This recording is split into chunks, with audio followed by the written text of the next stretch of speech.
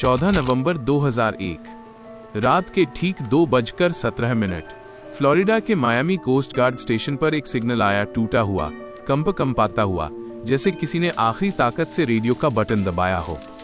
Signal में सिर्फ 3 शब्द थे, वी फाउंड इट, और फिर खामोशी। ये खामोशी सिर्फ रेडियो की नहीं थी, ये उन 7 लोगों की खामोशी थी जो अटलांटिक ओशन के उस हिस्से में गए थे जिसे दुनिया बर्म्यूडा ट्रायंगल कहती है, और जो एक ऐसे द्वीप पर पहुंचे थे जो किसी नक्शे पर नहीं था। Coast guard officer lieutenant James Harrell उस रात ड्यूटी पर थे। उन्होंने बाद में एक इंटरव्यू में कहा था, मैंने 20 साल में हजारों डिस्ट्रेस कॉल्स सुनी है, लेकिन उस आवाज में जो था वो डर नहीं था, वो कुछ और था, जैसे आश्चर्य, जैसे किसी ने कुछ ऐसा देखा हो जो इंसान को नहीं देखना चाहिए। तो आइए उस रात में चलते हैं, उस समुद्र में जो रहस्य रखता है, उस द्वीप पर जो शायद आज भी वहीं है, खामोश, अंधेरे में, इंतजार में। बर्म्यूडा ट्रायंगल, दुनिया का सबसे मिस्टीरियस समुद्री क्षेत्र, फ्लोरिडा, बर्म्यूडा और पुर्टो रिको के बीच फैला हुआ करीब 5 लाख वर्ग किलोमीटर का वो इलाका जहां पिछले 100 सालों में 1000 से ज्यादा जहाज और हवाई जहाज गायब हो चुके हैं। यहां गायब हुए लोगों की तादाद 25,000 से भी ज्यादा है। लेकिन ये सिर्फ संख्या नहीं है, हर संख्या के पीछे एक इंसान था, एक परिवार था, एक घर था जो उसका इंतजार कर रहा था। नवंबर 2001 में एक प्राइवेट रिसर्च वेसल जिसका नाम था SS मेरिडियन इसी इलाके में गई थी। उस पर सवार थे 7 लोग। कैप्टन रिचर्ड कोल, एक अनुभवी सेलर जो 30 साल से समुद्र पर था। उसके साथ थे 2 मरीन बायोलॉजिस्ट्स, एक फोटोग्राफर, एक इंजीनियर और 2 क्रू मेंबर्स।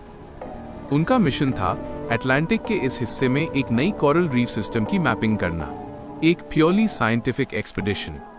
कोई एडवेंचर नहीं, कोई ड्रामा नहीं, बस साइंस। लेकिन जो हुआ वो साइंस की किसी किताब में नहीं था।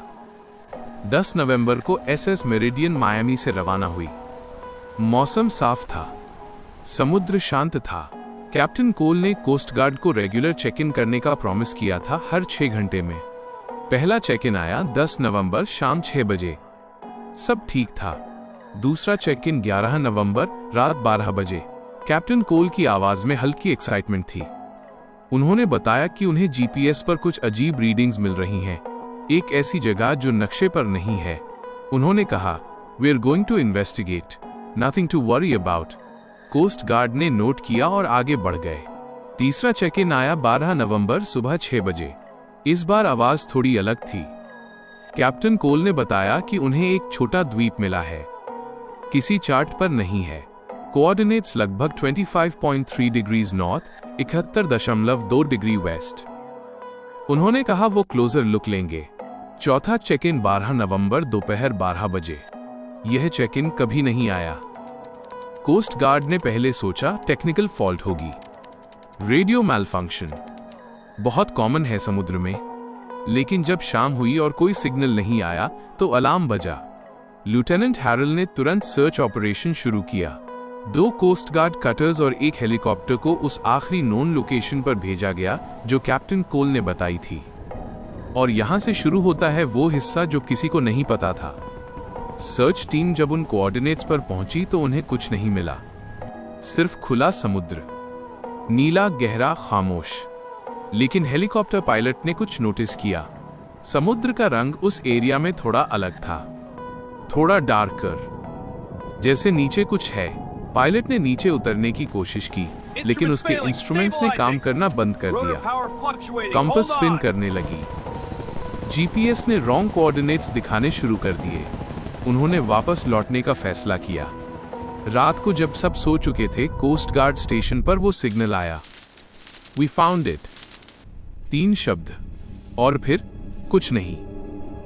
बर्म्यूडा ट्रायंगल, वो नरक का द्वार जहां कंपास अपनी दिशा भूल जाते हैं और समय अपनी रफ्तार। हजारों जहाज, हजारों जिंदगियां। ये समंदर सब निगल जाता है पर कभी कुछ वापस नहीं देता। लेकिन इस बार समंदर ने एक सुराग छोड़ा था। अगले एपिसोड में हम खोलेंगे उस वाटरप्रूफ बैग के राज और कैप्टन कोल की वो आखिरी खौफनाक नोटबुक। हम देखेंगे वो 3 तस्वीरें जो फोटोग्राफर एलेना ने अपनी जान पर खेल कर ली थीं, जिनमें से आखिरी तस्वीर में वो आंखें किसकी थीं। क्या बरमूडा ट्रायंगल सिर्फ एक जगह है या कोई जागता हुआ शिकारी? क्या वो आइलैंड सच में गायब हो गया, या वो आज भी बरमूडा के काले साए में छिपा किसी और शिकार का इंतजार कर रहा है? इस अनसुलझी पहेली के दूसरे भाग के लिए MS डॉक को अभी सब्सक्राइब करें। अगला एपिसोड जल्द ही आ रहा है। तब तक के लिए सावधान रहें, क्योंकि बरमूडा ट्रायंगल के राज आज भी जिंदा हैं।